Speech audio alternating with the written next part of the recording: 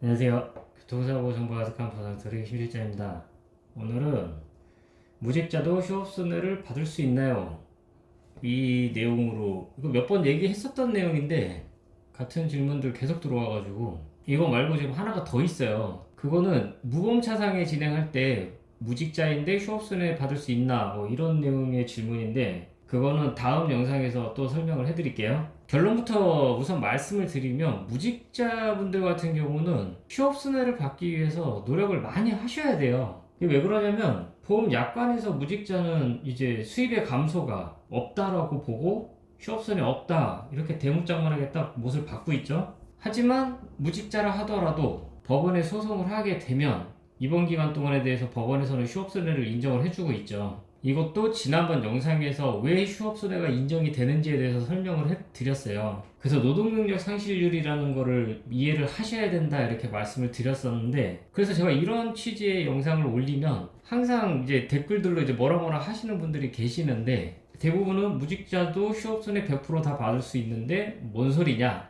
저는 못 받는다는 얘기를 한 적이 없어요. 노력을 하셔야 된다라고 말씀을 드린 거지. 영상 앞부분만 보고선 그렇게 얘기를 하시는 건지 일부분만 보고 얘기를 하시는 건지 잘 모르겠지만, 저는 항상 무직자도 휴업손해를 받아야 된다라는 취지로 말씀을 드리고 있죠. 사실 그렇게 댓글 다시는 분들 뭔가를 좀 많이 알고서 그렇게 댓글을 다시는 것 같은데, 그렇다라고 한다면 설명을 하는 영상들을 한번 제작을 해서 올려보시는 게 어떠실지. 혼자만 알고 계시지 마시고 개인적으로 그런 바람도 좀 있습니다. 그럼 무직자의 휴업손해에 대해서 실무적으로 굉장히 디테일한 이야기들을 좀 오늘은 해보려고 해요. 보통 이제 휴업손해를 다투는 경우 우리 이제 경상의 부상을 당하신 분들이 많거든요. 이런 분들 같은 경우는 약간 복불복이 있는 게 뭐냐면, 담당자한테 무직자라는 부분에 대해서 이야기를 했을 때 어떤 담당자들은 이거 약관에서 무직자는 이렇게 인정이 안 된다고 적어놓고 있습니다. 그 보험 약간 딱 들이밀죠. 그러면서 휴업손해 인정 못한다 이렇게 이야기를 하는 담당자들이 있고, 그리고 대부분 이제 공제조합 같은 경우는 거의 100% 이렇게 들이밀고 있죠. 어떤 담당자들 같은 경우는 그럼에도 불구하고 그냥 휴업손해 계산을 해서 이렇게 주는 경우도 있어요. 그래서 이게 약간 복불복의 느낌이 좀 있어요. 저도 개인적으로 불만이 있는 게, 하려면 다 해주고 말라면 말고 하지 누군 되고 누군 안 되고 이러니까 자꾸 이런 싸움들이 생기는 거 아니에요. 그리고 또 중상의 피해자인데 무직자인 경우도 있을 거 아니에요. 이런 경우는 대부분 피해자들의 부상이 워낙에 크고, 부상이 크니까 손해가 크고 합의금에 대한 기대 심리도 피해자분들이 굉장히 높거든요. 근데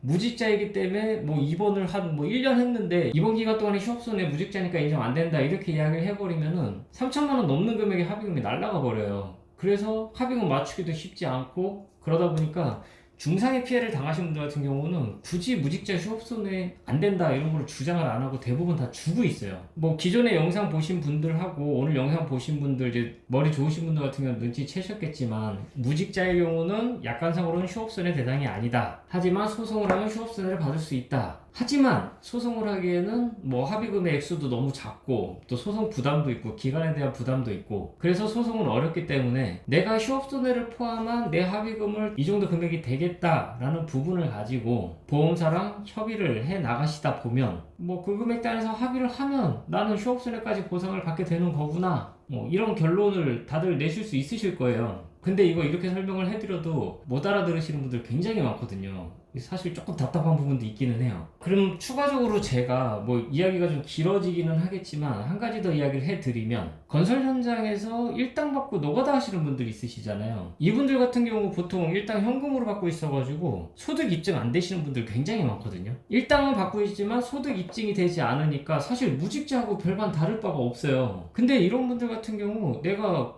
건설 현장에서 일당 받고 일을 하고 있고 현금으로 받고 있어서 소득 입증은 어렵다 이렇게 보험사한테 이야기를 하면 구말없이 또 휴업손해를 인정을 해주고 있어요. 특별한 증빙 서류도 요구도 안 해요. 왜냐면은 없으니까. 내가 무직자라고 말을 하면 휴업손해 없다라고 이거 가지고 보험사랑 다투게 되고, 노가다 현장에서 일당으로 일하고 있다 이렇게 이야기를 하면 휴업손해를 군말 없이 다 지급을 해주고 있고, 그러니까 이것도 참 뭐라 말을 하기가 좀 그래요. 이러니까 인터넷에서 무직자인데 휴업손해 받을 수 있나요? 이렇게 질문을 하면 무직자라고 하지 말고 건설 현장에서 노가다하고 있다고 이렇게 이야기하라고 답변들이 달리고 있는데 다 이런 이유가 있기 때문에 그렇게 답변들이 달리고 있는 거죠. 지금 보험 약관하고 법원의 기준의 차이 때문에 지금 이러한 문제들이 계속해서 생기고 있는데 이런 분쟁들이 계속 생기면 보험사도 답답하고 피해자분들도 피곤하고 계속 이렇게 싸워야 하는 거리들을 유지를 하면서 계속 하고 있는지 제 개인적으로는 도저히 이해가 안 되는 상황들인데